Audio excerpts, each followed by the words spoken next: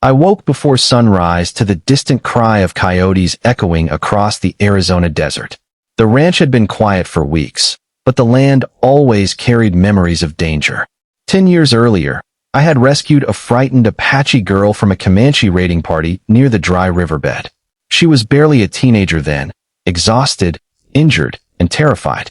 I never expected to see her again after helping her return to her people. Life moved on, and I believed that chapter had ended forever. The years passed, and the frontier changed with every season.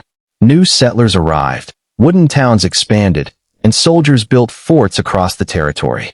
I spent my days repairing fences, raising cattle, and avoiding trouble whenever possible.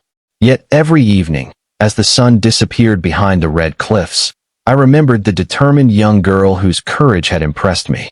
She had thanked me with only a few English words before disappearing into the mountains.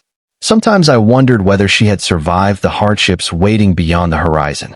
One warm afternoon, a group of riders appeared in the distance, moving confidently across the dusty trail. Their horses were strong, and their clothing showed both Apache tradition and signs of trade with nearby settlements.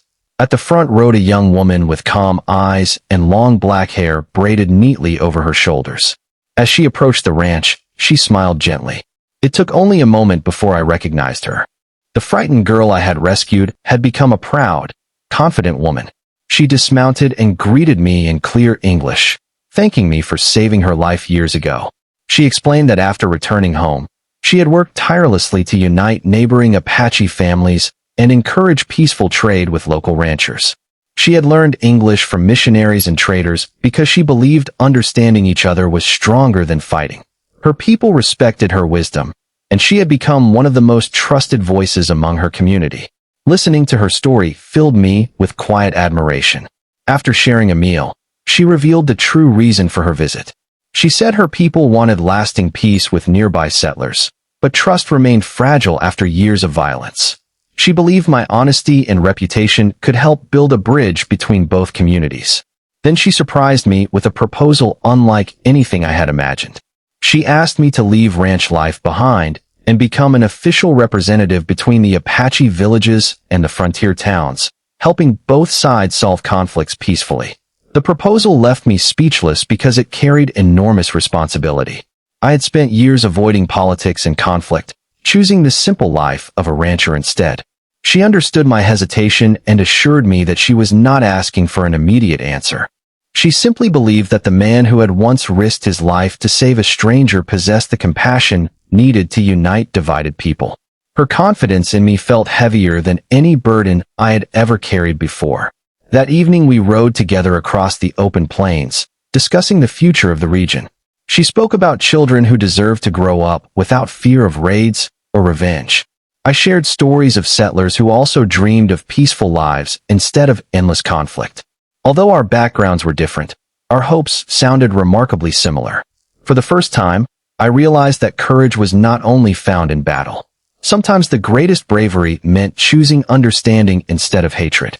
Over the next several days, leaders from nearby settlements and Apache families gathered beneath a large cottonwood tree. Conversations were difficult at first because old wounds and painful memories remained fresh. Some distrusted every word spoken by the other side. Yet the woman patiently translated, explained traditions, and encouraged respect during every discussion. I watched former enemies slowly recognize each other's humanity. Small agreements on trade routes, water access, and livestock protection gradually replaced years of suspicion and anger. As the meetings ended, I accepted her proposal with humility.